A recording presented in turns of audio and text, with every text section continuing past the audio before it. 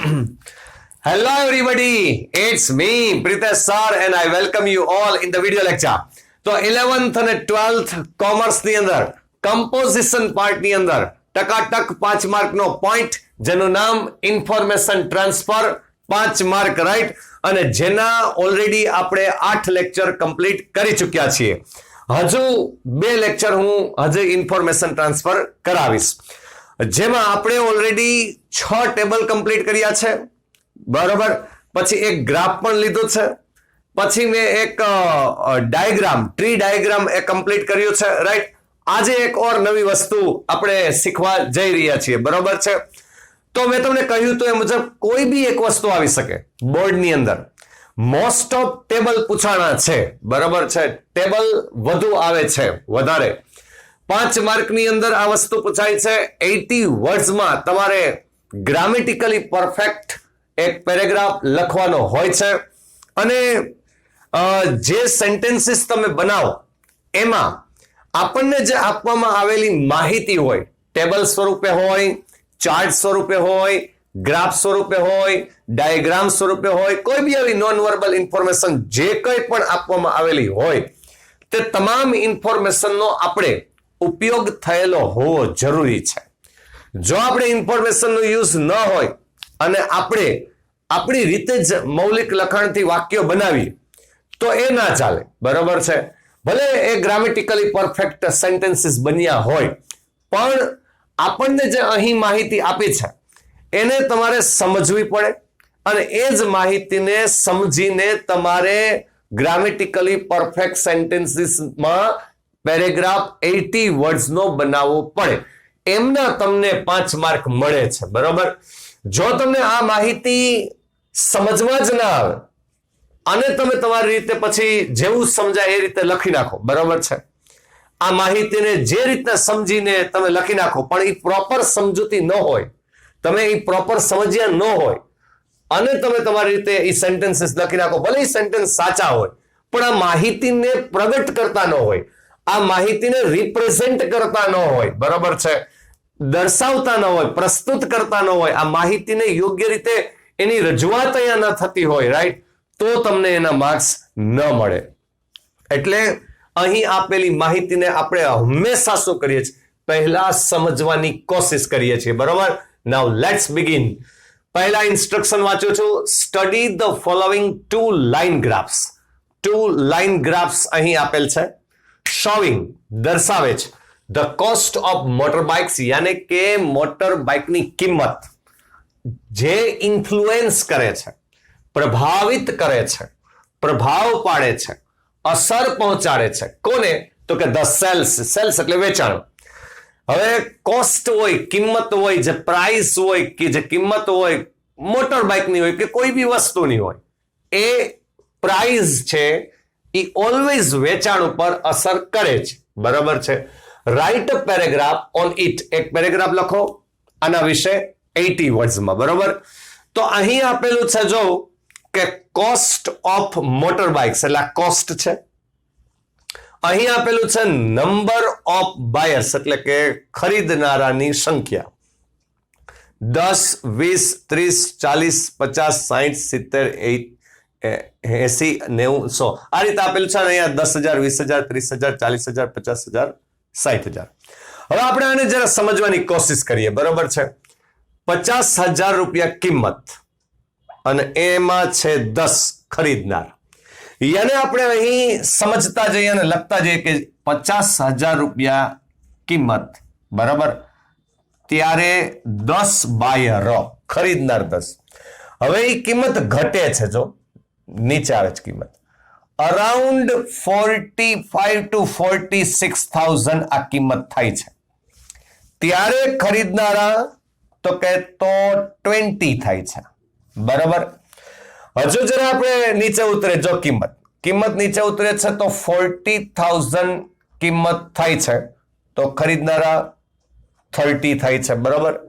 પછી હજુ નીચે ઉતરે કિંમત, ઓકે આપણે અહીં ગણ લઈએ 35,000 ગણ લઈએ બરાબર, તો અહીં 40 ખરીદનારા.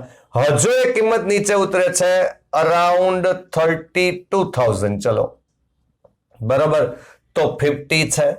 હજુ એક કિંમત નીચે ઉતરે છે તો 30,000 તો 60 છે. બરાબર.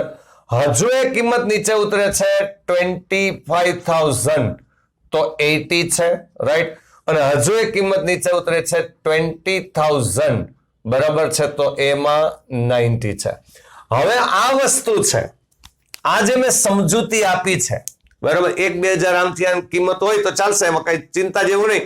પણ આ જે ગ્રાફ છે, આ જે 2 લાઇન ગ્રાફ્સમાં જે આ જે કર્વ બતાવે છે, કર્વ જે ઢાળ બતાવે છે, બરોબર, એના ઉપરથી તમને 11th અને 12th કોમર્સમાં 11th માં જ જે ચેપ્ટર આવે ઇકોનોમિક્સની અંદર, બરોબર, ડિમાન્ડ માંગ જે ચેપ્ટર આવે, બરોબર, પરફેક્ટ એની જ વાત છે આ. બરોબર, કે આ જે એમાં આપણને કહેવામાં આવે છે કે when the price of a commodity is low, right, when the price of a commodity is low, the number of buyers, right, the number of buyers is more.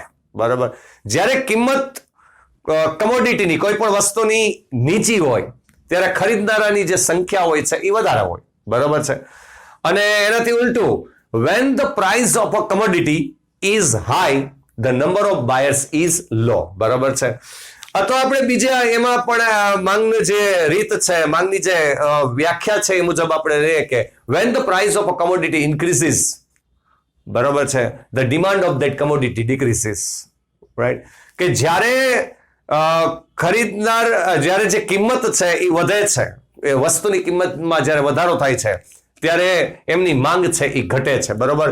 Other factors should remain the same, right? બીજા અન્ય પરિબળો છે એ એમ જ રહેવા જોઈએ. બરોબર છે. should remain the same એ એમની વ્યાખ્યાની અંદર આ રીતનાનું કંઈક આવે છે, એવું મને ખ્યાલ છે. બરોબર. પરફેક્ટ આ જ હોય એવું હું કહેતો નથી, પણ આવું જ કંઈક આવે. અને એના જ વિશેનો આ આખો 2 લાઇન ગ્રાફ્સ છે જો, બરોબર, કે જે દર્શાવે છે કે એ જ અંદાજે કિંમત વધે તો એમની માંગ છે મોટર બાઇકની એ ઘટે છે, કિંમત ઘટેલી હોય છે તો એમની માંગ વધે છે. બરોબર. આ જ વસ્તુ અહીં દર્શાવેલી છે. તો પહેલા તો પહેલી લીટી આપણે શું લખી શકીએ કે this 2 line graph, these 2 line graphs show, દર્શાવે છે, અહીંયા સ્પષ્ટ કીધું છે એ જ વાક્ય આપણે show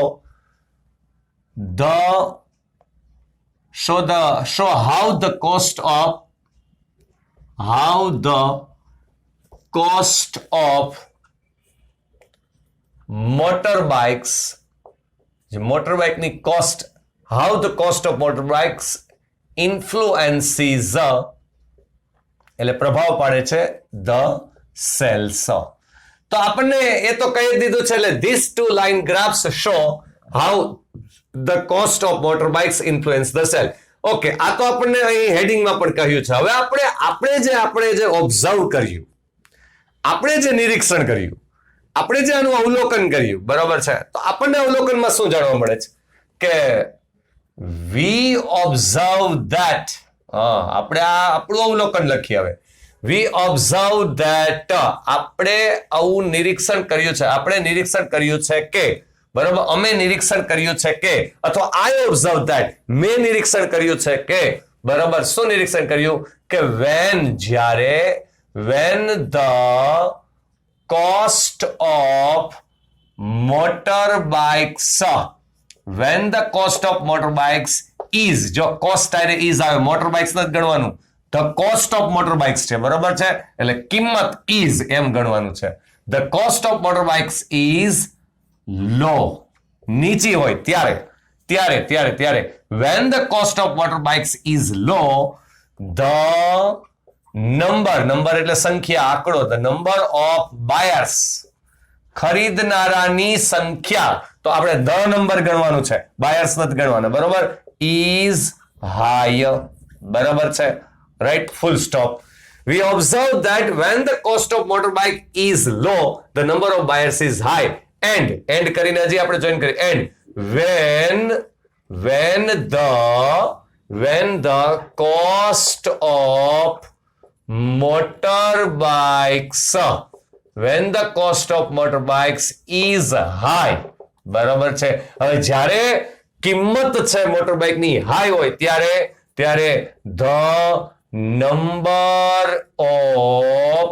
the number of buyers is ઈ કેવા હોય છે તો કે is low. બરાબર છે, એ નીચા હોય. બરાબર છે, ઓછા હોય. હવે તો હાઈ કયો અથવા મોર કયો, the number of buyers is more અથવા હાઈ. બરાબર છે, રાઈટ. તો જ્યારે પ્રાઇસ લો હોય ત્યારે ધ નંબર ઓફ બાયર્સ છે એ હાઈ હોય. બરાબર, અથવા કોસ્ટ છે એ હાઈ હોય ત્યારે નંબર ઓફ બાયર્સ છે એ લેસ હોય. તો અહીંયા તમે શબ્દ છે એ બીજો શબ્દ પણ ઉમેરી શકો છો. બરાબર, અહીંયા હાઈ ને બદલે ધ નંબર છે, સંખ્યા છે તો મોર લખી શકાય, સંખ્યા છે તો લેસ પણ લખી શકાય. બરાબર છે, તો મોર એન્ડ લેસ. ઓકે, તો આ આપણે ઓબ્ઝર્વ કર્યું છે. હવે ફોર એક્ઝામ્પલ આપણે લખીએ. બરાબર, એક્ઝામ્પલ આપણે લખવું તો જોઈએ છે, લખવું જ પડે ને કે આનું એક્ઝામ્પલ શું. આપણે ઓબ્ઝર્વ કર્યું કે કોસ્ટ છે મોટરબાઇકની લો હોય ત્યારે નંબર ઓફ બાયર્સ છે એ વધારે હોય છે. ઓકે, જ્યારે કોસ્ટ છે એ વધારે હોય છે ત્યારે નંબર ઓફ બાયર્સ છે એ ઓછા હોય છે. તો આનું એક્ઝામ્પલ શું, તો when the price of a મોટરબાઇક is 50,000. બરાબર, તો આપણે લખીએ ચલો કે વેન ધ, ફોર એક્ઝામ્પલ પહેલા લખીએ ફોર એક્ઝામ્પલ ઉદાહરણ તરીકે. બરાબર છે કે when the cost જ લખીએ પ્રાઇસ ને બદલે the cost of motorbikes, when the cost of motorbikes was આટલી હતી ત્યારે. બરાબર છે, was 50,000. when the cost of motorbikes was 50,000 ત્યારે the number of buyers, number એટલે સંખ્યા. બરોબર, એને ધ્યાનમાં જ લેવાનું. was only 10, full stop. બરાબર છે, જો ત્યારે 10 જ હતી, માત્ર સંખ્યા ખરીદનારાની કેટલી તો કે 10 જ હતી. બરોબર, હવે એ ઘટીને ચલો માની લઈએ આપણે 40,000 થઈ, 35,000 થઈ. ચલો, ત્યારે ખરીદનારા કેટલા થઈ ગયા? 40 થઈ ગયા. તો એક એક્ઝામ્પલ આ લઈએ. બરોબર છે કે જ્યારે when the cost of motorbikes, જ્યારે કિંમત, હવે ઘટી એમ લખવું હોય ને, ઘટી, તો એના માટે 3-4 શબ્દો. ડિક્રીઝ શબ્દ છે, બરાબર છે, ઘટવું. ફોલ ડાઉન શબ્દ છે, બરાબર છે, ઘટવું, રાઈટ. તો એ પણ આપણે લખી શકાય કે ઘટવું. બરાબર છે, તો when the cost of motorbike decreases up to લખો ને, up to એટલે ત્યાં સુધી ઘટી. બરાબર, કે when the cost of motorbikes decreased લખીએ આપણે, ભૂતકાળ જ બનાવીએ, રાઈટ. ઘટી હતી ત્યારે, ક્યાં સુધી ઘટી હતી? બરાબર છે, ક્યાં સુધી? તો 35 નું ઉદાહરણ લખીએ. બરાબર, 35,000 up to 35,000. એટલે when the cost of motorbikes decreased up to 35,000, જ્યારે કિંમત મોટરબાઇકની ઘટી હતી ક્યાં સુધી? 35,000 સુધી ઘટી હતી ત્યારે the number of buyers, હવે ઈ શું થયા હતા તો કે increased, ઈ વધ્યા હતા. બરાબર, ક્યાં સુધી વધ્યા હતા એ પણ લખાય તો કે up to ક્યાં સુધી તો કે up to 35,000 ને up to તો કે 40 સુધી વધ્યા. બરાબર છે, up to 40, રાઈટ. તો આ એક્ઝામ્પલ લખ્યું. હજી આપણે એક્ઝામ્પલ લખવું કે when the price છે એ 25,000 નું એક્ઝામ્પલ એક લખી નાખીએ. બરાબર છે, તો એ લખીએ કે when the cost of motorbikes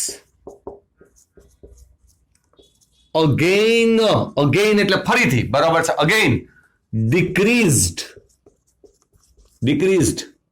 up to ક્યાં સુધી decrease up to 25,000. બરાબર, કે જ્યારે કિંમત મોટરબાઇક્સની ફરીથી ઘટી, ક્યાં સુધી ઘટી તો કે 25,000 સુધી ઘટી ત્યારે the number of buyers was 80. બરાબર છે.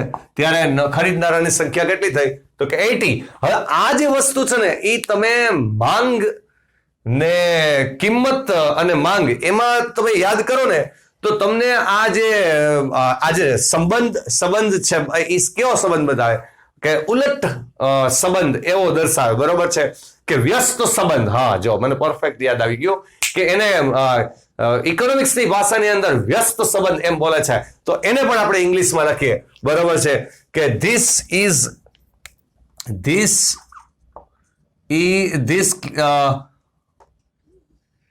two line graphs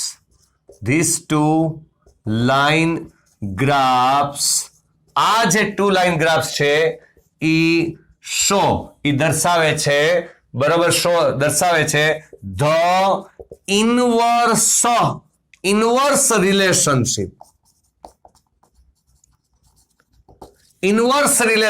હવે ઇનવર્સ રિલેશનશિપ નો મતલબ વ્યસ્ત સંબંધ. બરોબર છે. તો કે these 2 line graphs show આ 2 લાઇન ગ્રાફ્સ છે દર્શાવે છે ધ ઇનવર્સ રિલેશનશિપ between કોની વચ્ચે? between the cost of motorbikes and the number of buyers. બરાબર છે. જે મોટરબાઇક ની કિંમત છે એ અને ખરીદનારાની જે સંખ્યા છે એ એમની વચ્ચેનો આ જે 2 લાઇન ગ્રાફ્સ છે એ વ્યસ્ત સંબંધ દર્શાવે છે.